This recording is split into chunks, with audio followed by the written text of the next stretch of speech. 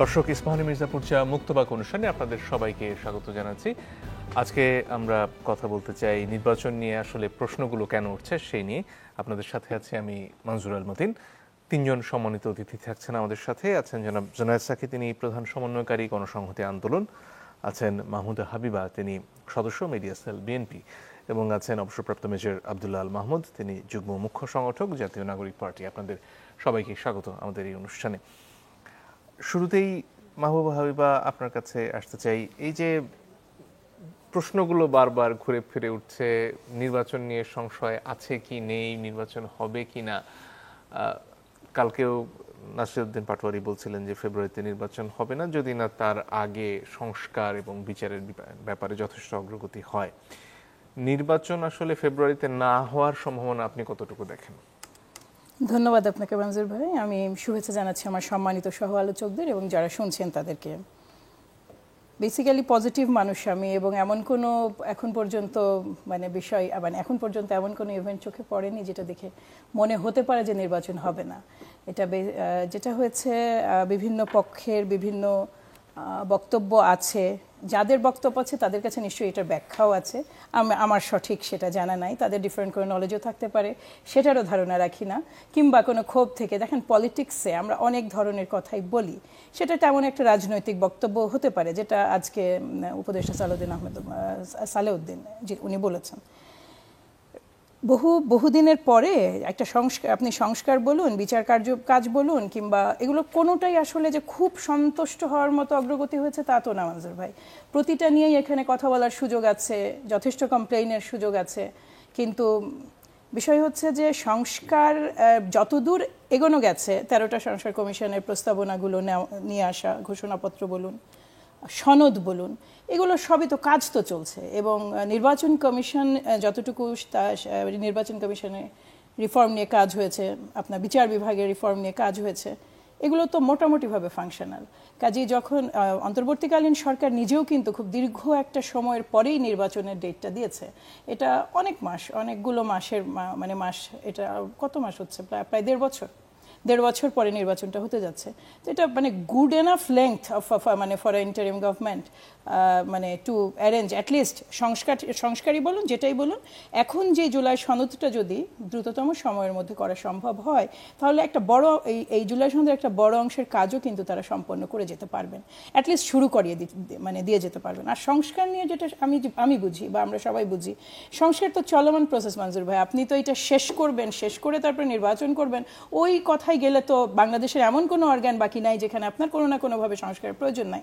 R over the time, সময়ের সাথে সাথে, আপনার পরিবর্তনের সাথে সাথে, টেকনোলজিক্যাল অ্যাডভান্সমেন্টের সাথে সাথে আপনার রিফর্ম তো আসলে চলমান। এটা তো যেই সরকারই আসুক ক্ষমতায়, তাদেরকে তো রিফর্মে থাকতেই হবে।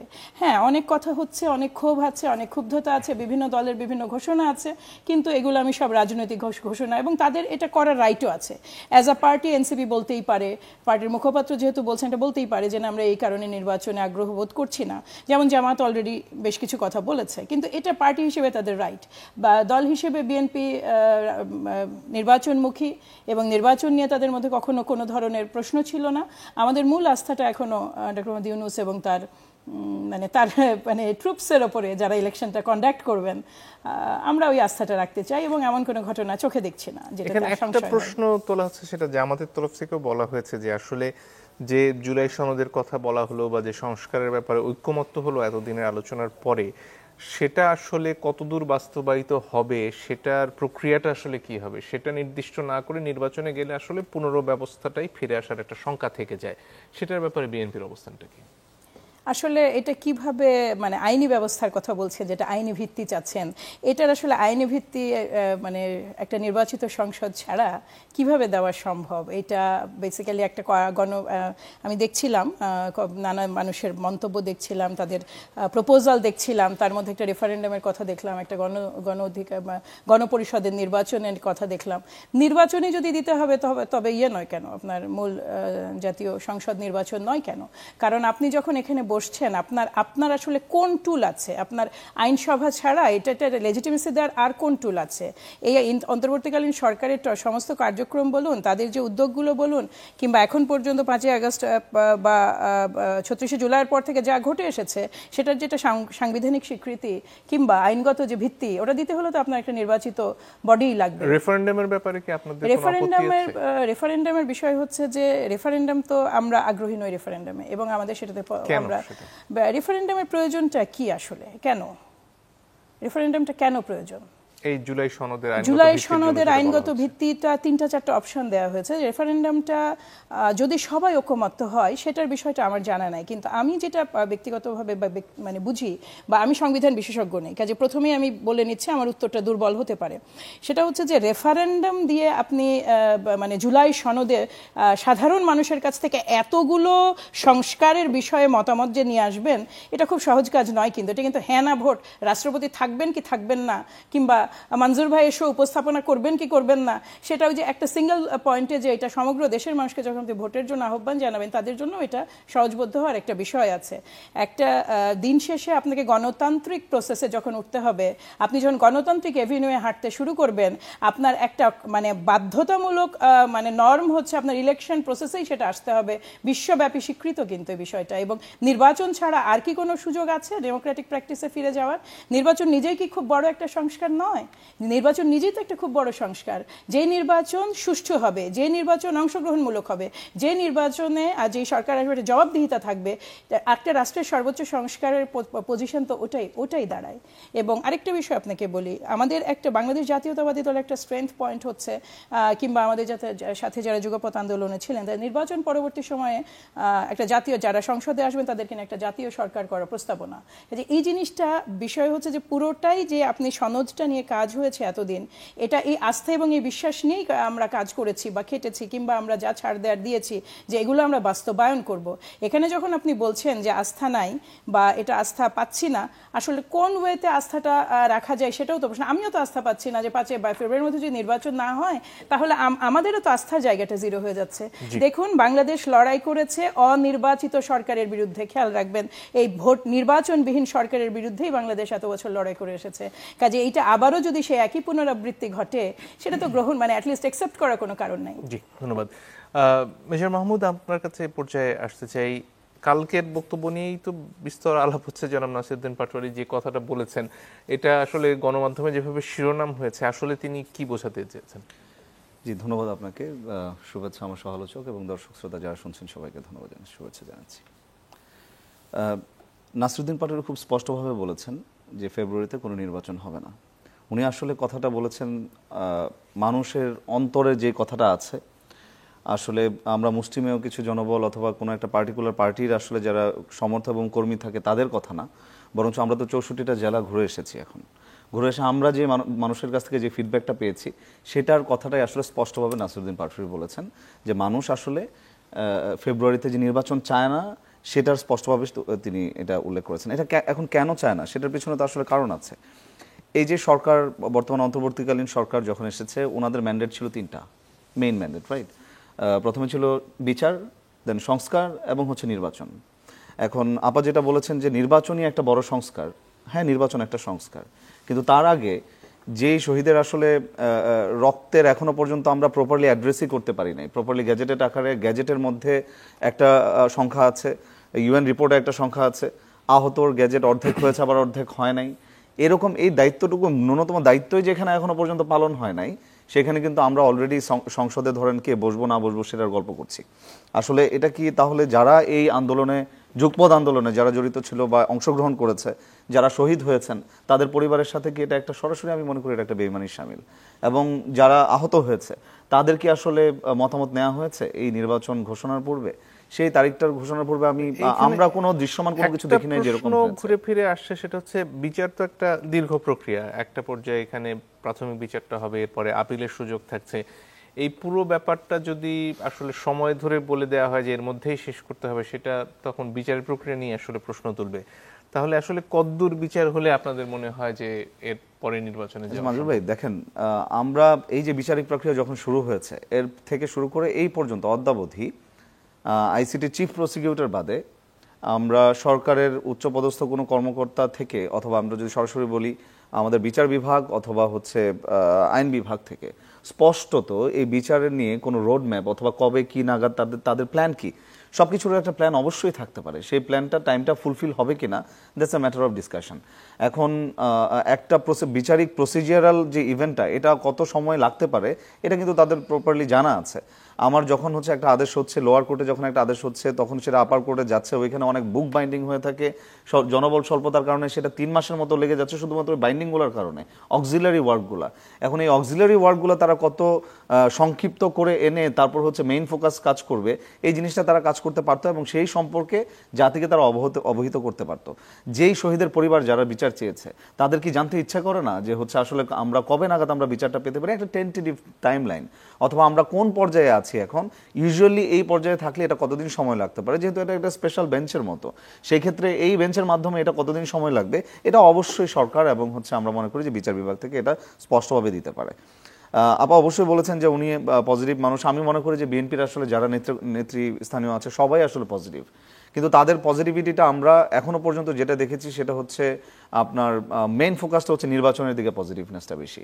কিন্তু আমরা চাই যে হচ্ছে একটা বৃহৎ রাজনৈতিক দলের অংশীদার হিসেবে তাদের ফোকাসটা not only positiveness towards election only, but সংস্কার এবং হচ্ছে বিচার, স্পেশালি প্রথমে বিচার এবং দেন পরবর্তীতে সংস্কার, এই দুইটাতে কিন্তু আপনার তাদের আমরা পজিটিভনেস আশা করি। আবার সংস্কার একটা চলমান প্রক্রিয়া, এটা আমরা আনডাউটেডলি সবাই মানি। সেক্ষেত্রে নির্বাচনের ব্যাপারে আপনাদের দলীয় অবস্থানটা কি? কারণ এর আগের দিনই আবার নাসিরউদ্দিন পাটোয়ারী তার ফেসবুক প্রোফাইলে নির্বাচনের ক্ষেত্রে ভোটের জন্য কি কি প্রয়োজন হবে সে নিয়ে মন্তব্য করছিলেন, তার পরের দিনই কেন তিনি বলছেন যে আসলে নির্বাচন হবে না? না দেখেন, যখন আমাদের ফোকাসটা টোটালি রাষ্ট্র থেকে যখন হচ্ছে টোটালি ফোকাসটা থাকে শুধুমাত্র নির্বাচনের দিকে, আমরা এটা মনে করি সরাসরি এটা আমাদের যারা শহীদ এবং আহত ছিল, শহীদদের পরিবার এবং আহতদের সাথে এটা একটা বেইমানি শামিল।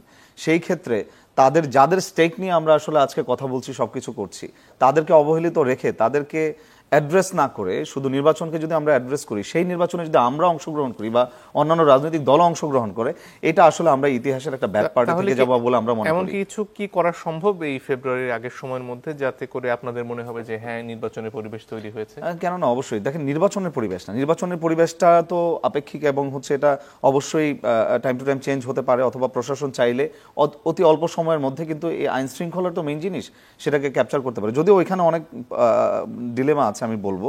কিন্তু এই নির্বাচনের ক্ষেত্রে এখন যদি বাকি যে দুইটা আছে যেমন সংস্কার এবং বিচার, সেটার একটা রোড ম্যাপ ফিক্সড ডেট না হতে পারে, বাট কি হতে যাচ্ছে আমার এই 13টা ব্যাপারে আমাদের একমত হয়েছে এবং এই প্রসিজারের মাধ্যমে এটা আমরা আইনি ভিত্তি দিচ্ছি। আমরা এখন কথা বলছি যে এই 13টা ব্যাপারে আমরা সবাই একমত।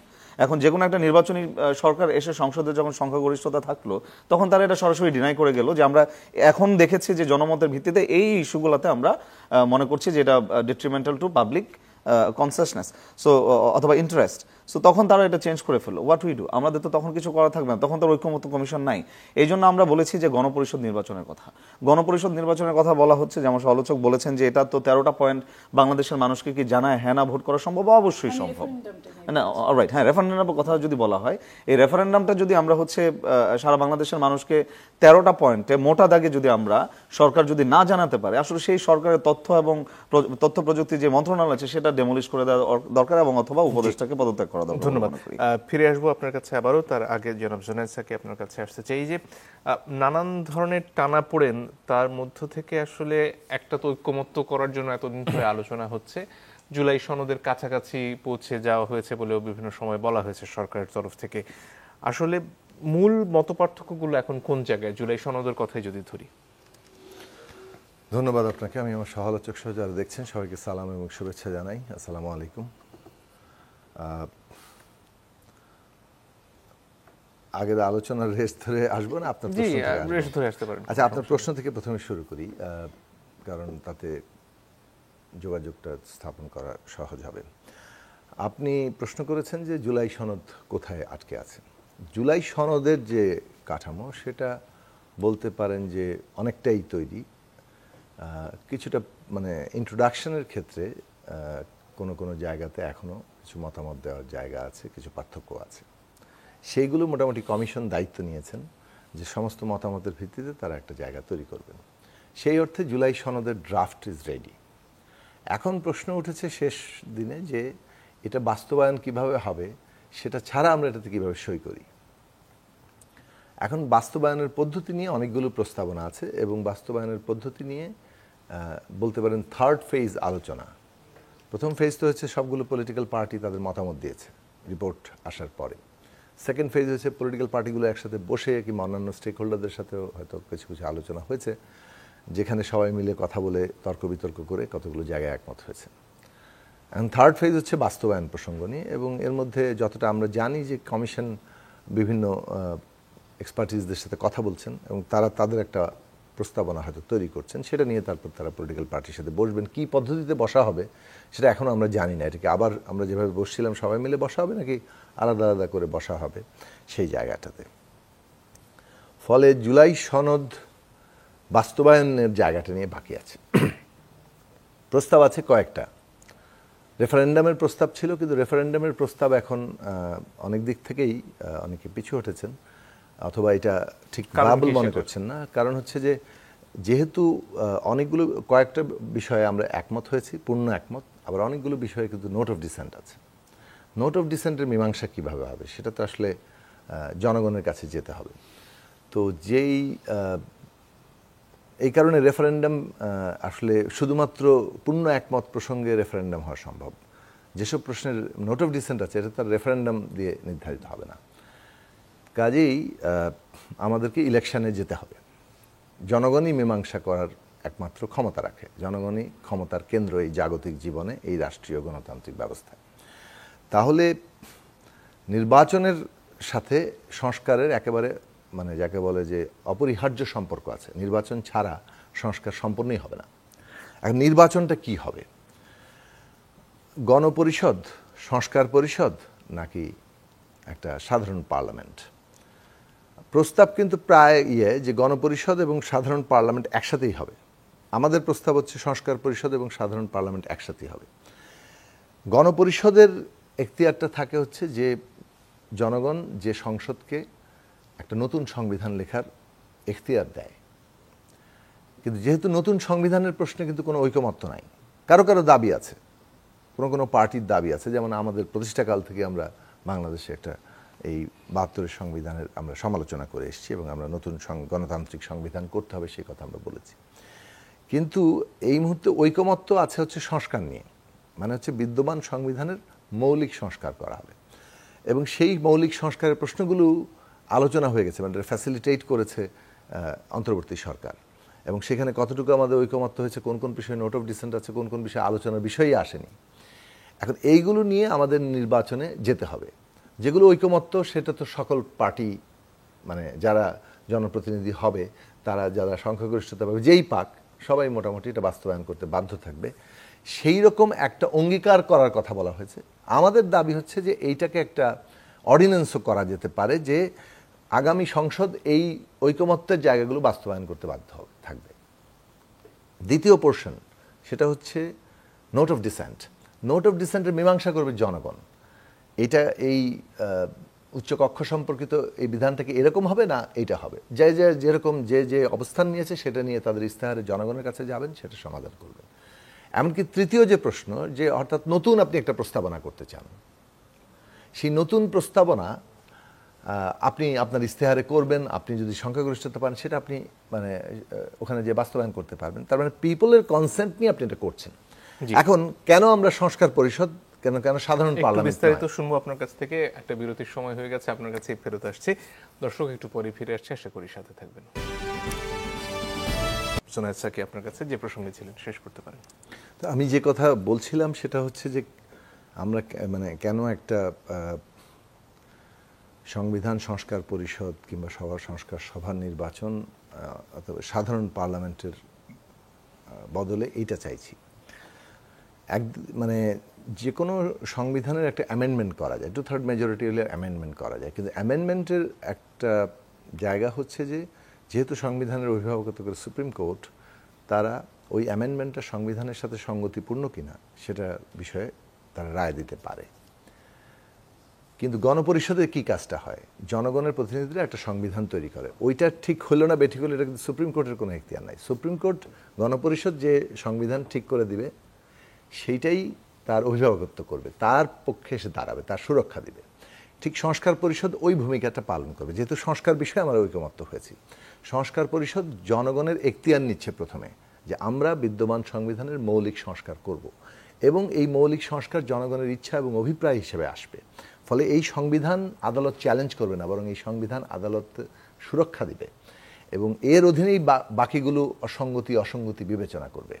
সেই জায়গা থেকে সংস্কার পরিষদের নির্বাচন হিসেবে এটাকে ঘোষণা দেওয়ার অর্থ হচ্ছে আপনি আগাম জনগণের অনুমোদন নিচ্ছেন, যারা জনপ্রতিনিধি হচ্ছে তারা এই সংস্কারের মৌলিক সংবিধান সংস্কার করার এখতিয়ার পাচ্ছে। কিন্তু একই সাথে এই সংসদটা 5 বছর আবার সাধারণ সংসদ হিসেবে তার যে ভূমিকা, সেখানে সরকার গঠন এবং দেশ পরিচালনা, সেটাও সে করবে। তার মানে এই যে দুটো জিনিসকে একসাথে করা একটা নির্বাচনের মধ্যে, তাতে আমরা একটা নির্দিষ্ট সময় সেটা মেনে নেওয়া হলো, এখানে সংবিধান সংস্কার পরিষদই করা হলো এবং সেখানে ধরুন একটি দল প্রচুর সংখ্যাগরিষ্ঠতা পেল, যেটা এখন পর্যন্ত ধারণা করা হচ্ছে জাতীয় সংসদ নির্বাচন হলেও বিএনপি প্রচুর সংখ্যাগরিষ্ঠতা পাবে। সেক্ষেত্রে সেই দলটি যে সনদের মাধ্যমে যে ঐক্যমত্য হলো, সেটা সংবিধান সংস্কার পরিষদ হোক গণপরিষদ হোক, তারা যে মেনে চলবে তার নিশ্চয়তা কি? না, প্রথমত যেগুলো ঐকমত্য হয়েছে, মানে ওই দল সহ যেটা সাইন্ড যে আমরা এইগুলো পূর্ণ একমত, সেটা তো সে বাস্তবায়ন করতে বাধ্য। এটা তো একদিকে অঙ্গীকার, অন্যদিকে আমরা বলছি যে আরেকটু যেহেতু অনাস্থা আছে। জাতীয় সংসদ নির্বাচন হলে সে কেন বাধ্য হবে না? বাধ্য হবে, এটা একটা প্রথমত অঙ্গীকার এবং রাজনৈতিক কমিটমেন্ট টু দি পিপল। যে দল এই অঙ্গীকার রাখবে না, সেই দলের পক্ষে আসলে জনগণের ক্ষোভ এবং বিক্ষোভ সামলানো কতটা সহজ হবে এটা আপনি তাহলে তো সংসদ নির্বাচন হলেই তারা এই অঙ্গীকারের না, আমি বলছি সংসদ নির্বাচন হলো এটা অ্যামেন্ডমেন্ট হয়ে যাচ্ছে, it will be 18th amendment. এটা ওই এখতিয়ার নিয়ে হচ্ছে না, ফলে এটার সাথে মানা না মানার প্রশ্ন না। কিন্তু মানলেও তো আপনি একটা সাধারণ সংসদে, এটা হবে অষ্টাদশ সংসদ, আইনগত দিকের কথা আইনগত দিকের কথা আমি বলছি।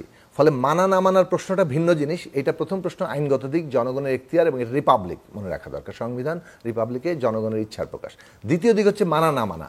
একটা পলিটিক্যাল পার্টি সাইন করে এরকম টেলিভাইজ মানে কি বলে সংস্কার আলোচনার মধ্যে দিয়ে যেসব বিষয় একমত হয়েছে সেগুলো সে বাস্তবায়ন করবে না, ওখানে গিয়ে পাল্টে দিতে চেষ্টা করবে, এইটা তার রাজনৈতিক মানে ভবিষ্যৎকে ভয়ঙ্কর রকম জনগণের সামনে হুমকির মধ্যে ফেলবে। 1 2 হচ্ছে সেই দলটি যেসব বিষয়ে নোট অফ ডিসেন্ট দিয়েছে সেটা তো তারা জনগণের কাছে নিয়ে যাচ্ছে, এবং জনগণ যদি তাদেরকেই ম্যান্ডেট দেয়, তা আমার আপনার মানে এখানে আমি আপত্তি করতে পারি বিকজ আমার পলিটিক্যাল পজিশন ভিন্ন, কিন্তু আমাকে তো এটা মানতে হবে, এটাই তো গণতন্ত্র।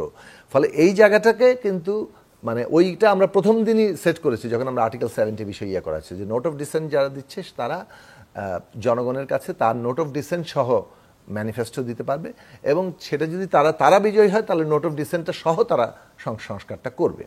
এবং যে সমস্ত সংস্কারে আমরা ঐকমত্য হয়েছি এগুলো বাংলাদেশে 72 সালের পরে প্রথমবারের মতো তাৎপর্যপূর্ণভাবে বাংলাদেশে ক্ষমতার ভারসাম্য এবং জবাবদিহিতা তৈরি করবে আইনি দিক থেকে। এখন প্র্যাকটিসের প্রশ্ন কিন্তু আরেকটা ভিন্ন, আপনি ওই তর্ক আনতে পারেন, আমি পরে আসছি। এখন যে জায়গাটা বলতে চাই, সংস্কারটাতে আপনি একমত হলেন এবং এইটা আগামী উচিত হচ্ছে এই অগাস্ট মাসের মধ্যে অথবা ম্যাক্সিমাম সেপ্টেম্বর, আমার ধারণা অগাস্টের মধ্যেই আলোচনা শুরু হবে এবং শেষও হবে। তাহলে আপনি সংস্কারের বাস্তবায়ন প্রক্রিয়া সম্পর্কে একমত হয়ে যাচ্ছেন যে কিভাবে আমরা যাচ্ছি, কতটুকু আমরা মানছি।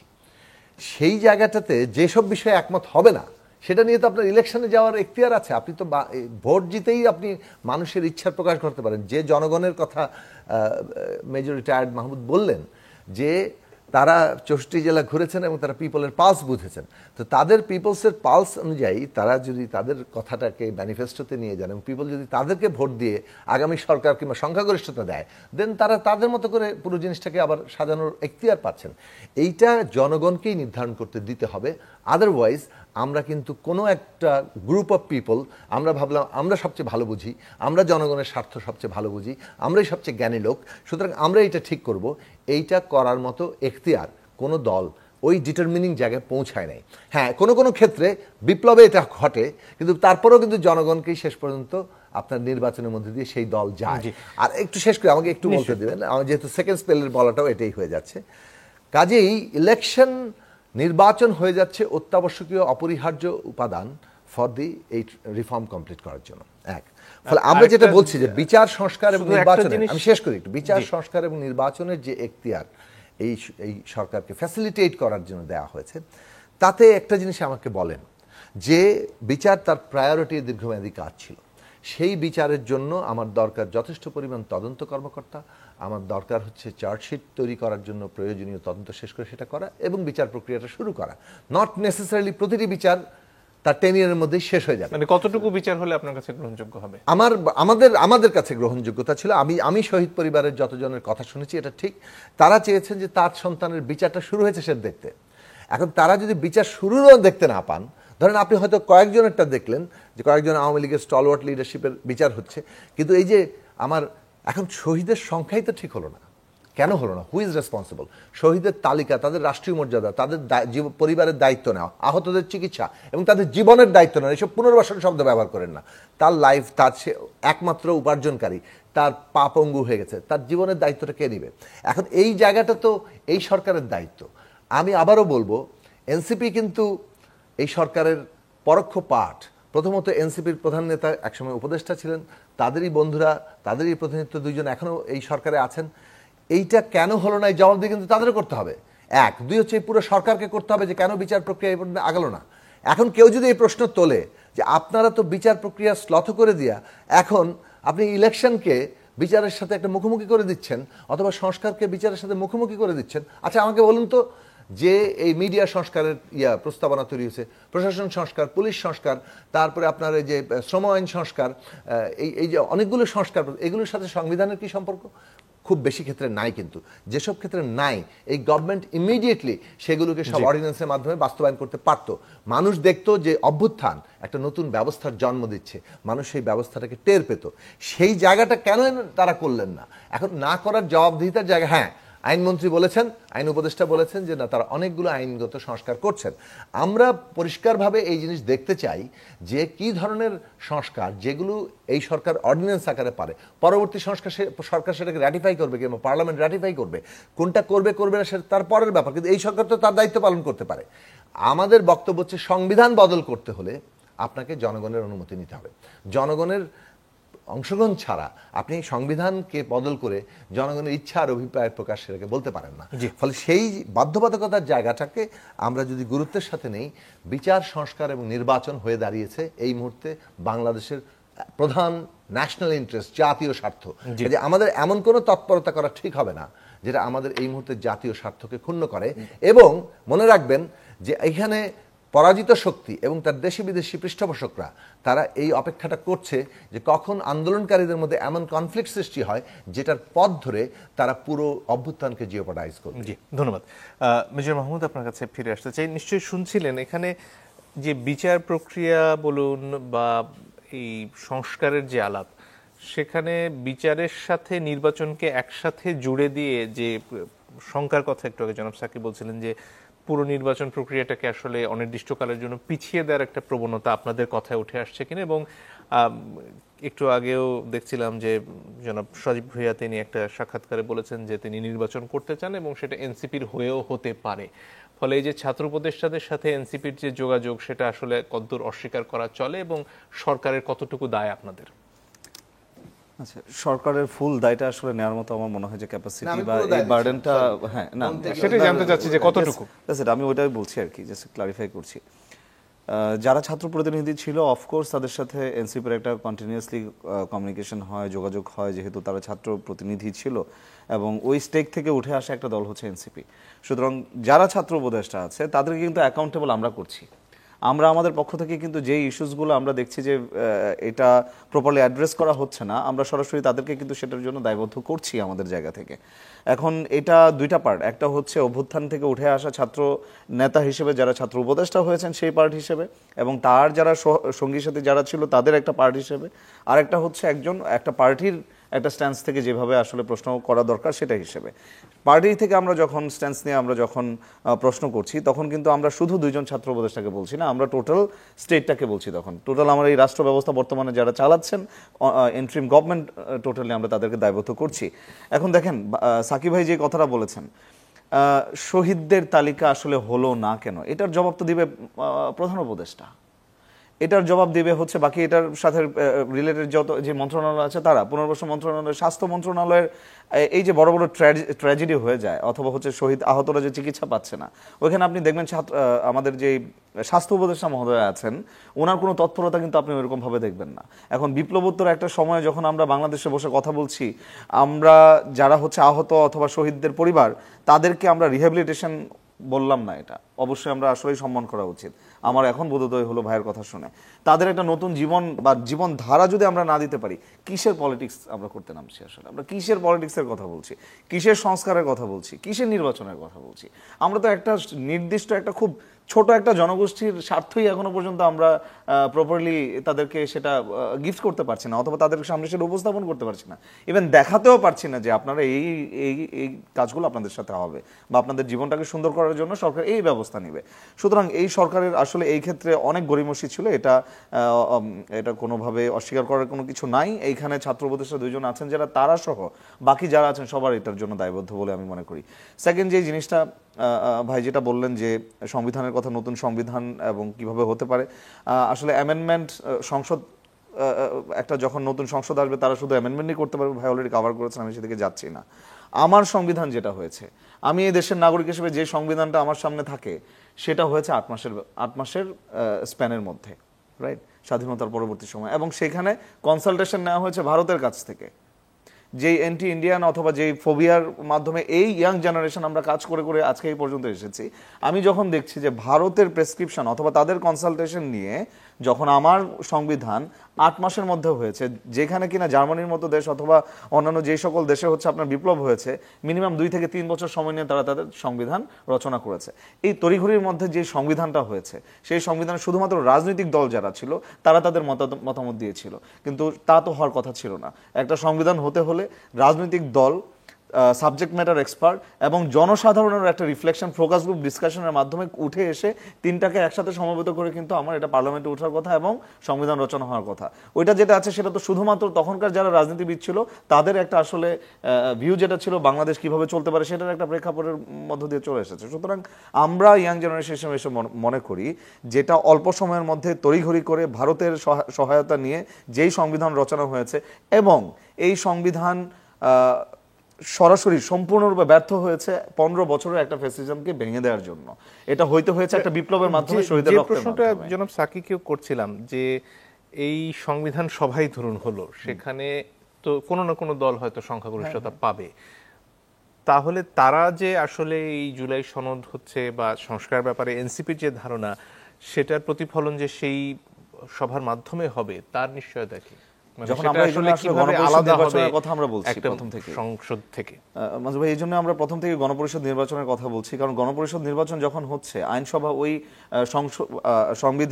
সাংবিধানিক যে এটা তৈরি করার যে কাজটা সেটা শেষ হওয়ার পরবর্তীতে কিন্তু automatically it can transform to আইনসভা, কোনো বাধ্যবাধকতা কিন্তু থাকছে না যে আর হওয়া যাবে না। সুতরাং আমার সংবিধান রচনা শেষ হওয়ার পরে এই জিনিসটা, এই বডিটাই তো আমার আইনসভাতে চলে যেতে পারছে। তাই যদি হয়ে থাকে, যেই আমাদের পয়েন্টটা তো খুব সিম্পল, যার মাধ্যমে, যেই বইয়ের মাধ্যমে, যেই পুস্তিকার মাধ্যমে আমি আমার বেসিক রাইট, আমি 5টা রাইটের কথা বলছি, বাট একটা রাইট তো আমি প্রপারলি পাচ্ছিও না, ইভেন একটা সংখ্যা মানে খুব অল্প মুষ্টিমেয় কিছু মানুষের অধিকারও আমরা প্রপারলি অ্যাড্রেস করতে পারছি না। এবং যেই সংবিধানের মাধ্যমে ফ্যাসিজম মানে বাংলাদেশ থেকে আমাদের দেশে কোনোভাবে আটকানো যাচ্ছে না, সেই সংবিধান নিয়ে আসলে আমরা যদি টিকিয়ে রাখার জন্য অনেক কথা বলি সেটা আসলে বাক্য ব্যয় হবে, কিন্তু ইয়াং জেনারেশন অথবা মাস পিপল কি চাচ্ছে সেটার জন্য ইভেন যদি মানুষকে আসলে সংবিধানের পরিবর্তন চায় কি চায় না, এটা যদি আমাদের দাবিও হয়ে থাকে, মানুষের দাবিও হয়ে থাকে, আমরা বলছি জনগণের দাবি, এটাকে আউটরাইট করে দেওয়ার কোনো সুযোগ নাই। যদি সরকার মনে করে যে না এটা আমরা মুসলিমরা শুধুমাত্র বলে যাচ্ছি বা অন্য আমাদের যারা সহমত রাজনীতিবিদ যারা আছেন, রাজনৈতিক দল যারা আছেন এই প্রেক্ষাপটে আমাদের সাথে একমত, যদি মনে করে থাকে না এটা মুসলিমীয় কিছু জনগোষ্ঠীর ধারণা, সরকার সংবিধান পরিবর্তন করবে কি করবে না এটা হ্যাঁ না ভোটে গেলেই হয়। জি, মানে এটা হচ্ছে আমাদের আসলে স্ট্যান্ড। অনেক ধন্যবাদ। মাহমুদ হাবিব, আপনার কাছে আসতে চাই। এই যে প্রশ্নগুলো সামনে আসছে সেখানে একটা অভিযোগ বিএনপির দিকে ঘুরে ফিরে আসে যে আপনারা এখন সংস্কার নিয়ে তেমন কোনো কথাবার্তা বলছেন না, আপনাদের পুরো মনোযোগটাই আসলে চলে গেছে নির্বাচনের দিকে, সেই কারণে সংস্কার নিয়ে যে আপনারা ভাবছেন এবং আপনারা যদি ক্ষমতায় আসেন আপনারা সংস্কারগুলো বাস্তবায়ন করবেন, সেটা নিয়ে আসলে এক ধরনের সংশয় দেখা দিচ্ছে কিনা? বিএনপির আসলে সবচেয়ে বড় সমস্যা, এটা পার্টি হিসেবে একটা বৃহৎ পার্টি, এটা খুব বড় সমস্যা। বিএনপির যতখানি মনোযোগ নির্বাচনের দিকে আছে, ততখানি মনোযোগ সংস্কারের দিকেও আছে, বিচারিক প্রক্রিয়ার দিকেও বিএনপি, যেহেতু আমরা এটার পার্ট হতে পারছি না, আমরা একটা বাইরে থাকা দল, সেটাতেও কিন্তু যথেষ্ট ফোকাস দেওয়া হয়েছে। দেখুন, আপনি যখন আমরা কথা বলি যে সরকারের ম্যান্ডেট ছিল 3টা, আমি খুব স্ট্রংলি ডিসএগ্রি করি। এই কথাটাই হচ্ছে সবচেয়ে সব নষ্টের গোড়া। এই সরকার ম্যান্ডেট তো বেসিক্যালি 4টা। প্রথম এবং প্রধান ম্যান্ডেট, যদি প্রধানতম ম্যান্ডেট ধরতে হয়, এই প্রতি 4টা ম্যান্ডেটই পাশাপাশি চলার মতো, কিন্তু প্রধানতম ম্যান্ডেট ধরতে হয় আপনার আহতদের চিকিৎসা এবং তাদের যেটা নতুন জীবন বা নতুন একটা পথ দেওয়া। দ্বিতীয় হচ্ছে, আপনি যখনই এটাকে মানে উল্লেখ করতে ভুলে যাবেন এবং যারা মারা গেছে যে পরিবারগুলো, সেই পরিবারগুলোর একটা ব্যবস্থা করা। এইটা যদি 1 নম্বরে আপনি না রাখতে পারেন, যেটা রাখা হয়নি, ওভার দ্য টাইম সংস্কার, বিচার এবং নির্বাচনে এসে মানে সংক্ষিপ্ত হয়ে গেছে। এতে কি হয়েছে, যারা স্টেক হোল্ডার বলছেন নিজেদেরকে, যাদের মানে দায়টা শুধু সরকারের উপরে দেওয়া যায় কিভাবে, রাজনৈতিক দলগুলো যাদের সবচেয়ে বড় প্রেশার গ্রুপ হওয়ার কথা ছিল, তারা তো ছাত্ররাই। বৈষম্যবিরোধী ছাত্র আন্দোলন, যাদের জুলাই ফাউন্ডেশন, তাদের হাতে দীর্ঘ সময় ছিল। কাজেই এই যে একটা সুষ্ঠু লিস্ট হয়নি, শুধু কি দায়টা সরকারের উপর দিয়ে দেওয়া যায়, কতখানি দেওয়া যায়, এটা অন্যান্য রাজনৈতিক দল, আমরা প্রত্যেকে আমাদের একটা পার্ট দায় এখানে বহন করি। এটা হচ্ছে প্রথম কথা। আপনি প্রায়োরিটিটা দিচ্ছেন সংস্কার। বিএনপি তো সংস্কার নিয়ে প্রথম থেকেই কথাও বলছে, কাজও করছে। বিএনপি পলিসি শুধু যে মানে পলিসি দিচ্ছে তা তো না বিষয়টা, এটা ব্যাক এন্ডে এটা ইমপ্লিমেন্টেশন করার যে ওয়ার্ক, এটাও আমরা প্রতিনিয়ত করছি। যেই বিষয়টা হচ্ছে, সেটা বাস্তবতাটা অস্বীকার করলে চলবে না যে নির্বাচনমুখী দল বিএনপি কোনো ক্যাডারভিত্তিক দল না, এবং বিএনপি কোনো সুযোগে উঠে আসা দলও না। বিএনপি নির্বাচনমুখী যুদ্ধই করেছে গত 17-18 বছর ধরে।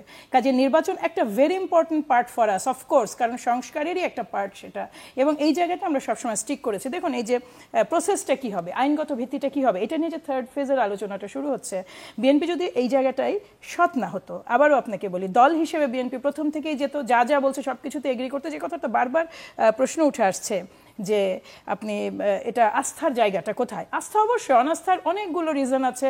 বিগত বছরগুলো বিরাজনীতিকরণ যেভাবে ঘটেছে, সেটাও আমাদের উপরে আস্থা নষ্ট করে, অনেক কিছুর উপর আস্থা নষ্ট করেছে। কিন্তু একটা কথা ভুললে চলবে না, যে আমরা যখন বলছি জনগণ এই সংবিধানের পরিবর্তন চায়, তো সেই জনগণের কাছে আপনি আপনার মানে চাওয়াটা কিংবা আপনার বক্তব্যটা নিয়ে যান না কেন? আপনি পার্টি হিসেবে যদি মনে করেন, জনগণ মনে করছে যে সংবিধানটা পরিবর্তিত হবে, প্লিজ, এটা যেহেতু জনগণ সমর্থন দিবে বলে আপনি আস্থা রাখছেন, জনগণই কিন্তু এই জায়গাটায়, আবারও বলি, সাকিব ভাই যেভাবে বলেন, জনগণই কিন্তু ultimately decision, they are the decision maker.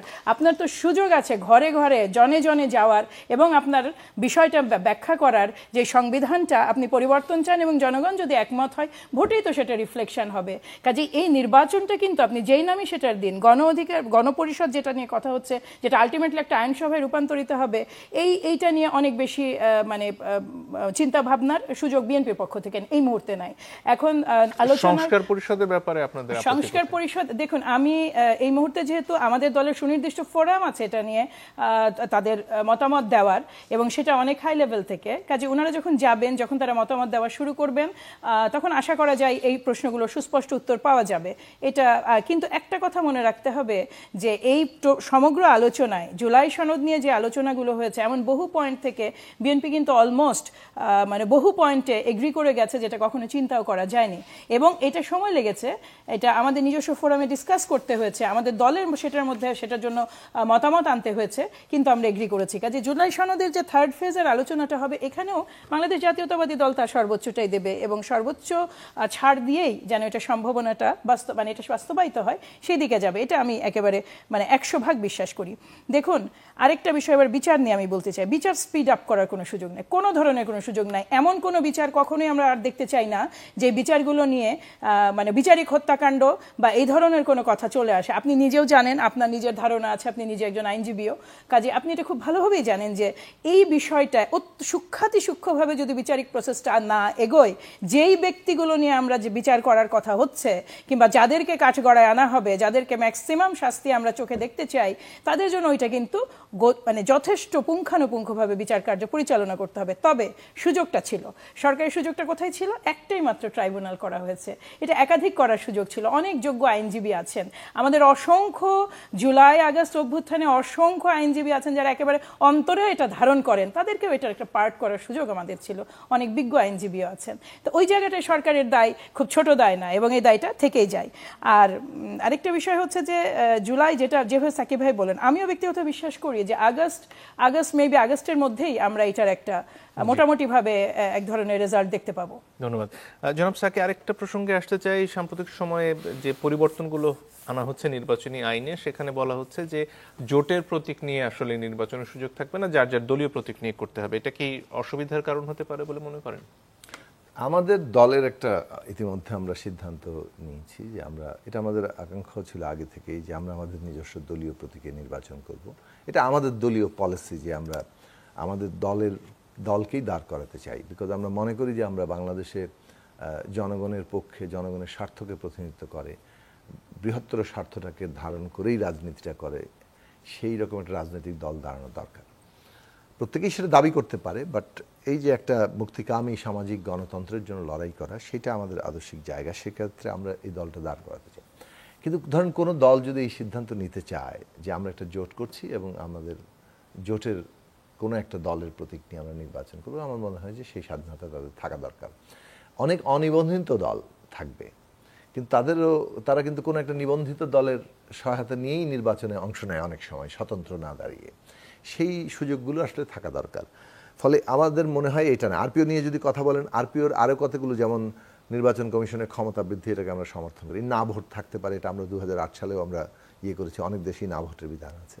কিন্তু ধরুন এই যে ফান্ডিংয়ের প্রশ্নটা নিয়ে যেটা করেছেন, আপনি বাংলাদেশে কত টাকা পর্যন্ত আপনি ওই যে ট্যাক্স ফাইল দেখাতে পারবেন? আমি তো 200 টাকাও 100 টাকাও চাঁদা দেয় মানুষ, 50 টাকাও আমরা চাঁদা তুলি, আমরা সেটা জমা দিব কিভাবে? তাহলে আপনাকে একটা সার্টেন অ্যামাউন্ট পর্যন্ত এটাকে করতে হবে, যে কারণ সকলের হাতে কিন্তু ট্যাক্স ফাইল নাই।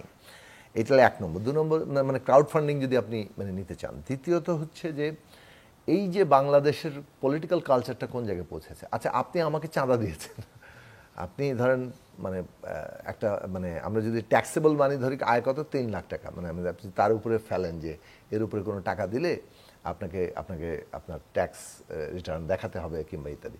আপনি সেটা যে আমাকে, এটা যদি পাবলিক হয়, তাহলে এই পার্টি এই দলের চাঁদা দিয়েছে, তো পরের সরকারের আমলে এই পার্টির কি অবস্থা দাঁড়াবে?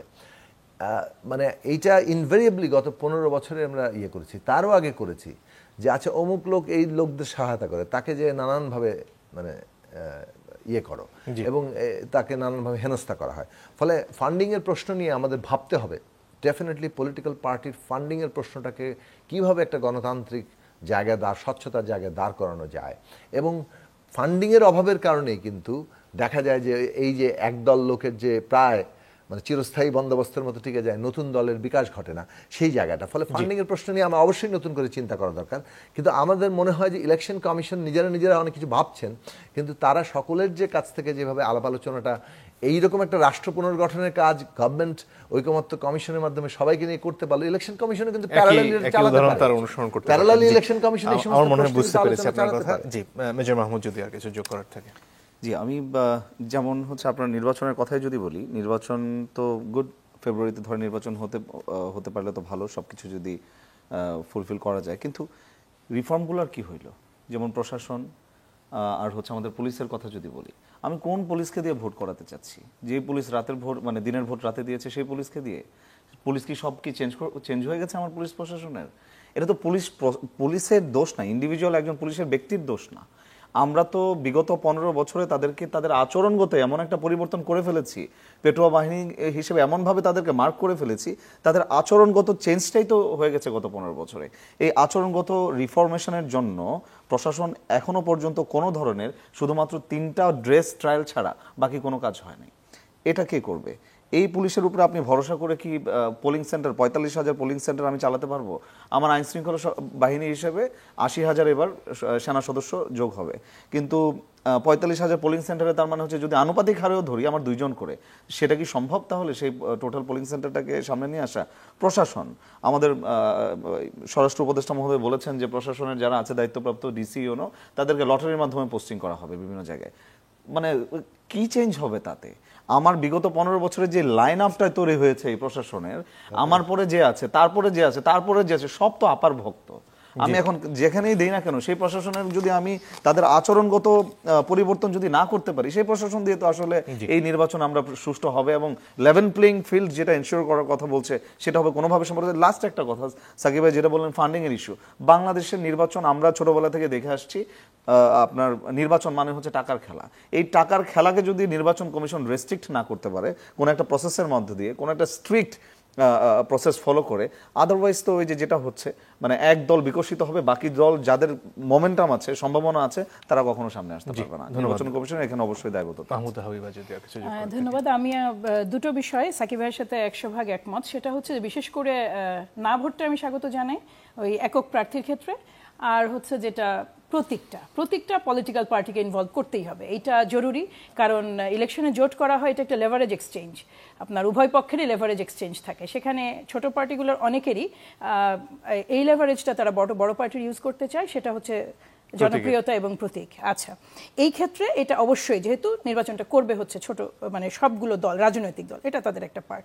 আর এবার আসি যে আশঙ্কা বললেন, হ্যাঁ এটা একটা খুব বড় আশঙ্কা।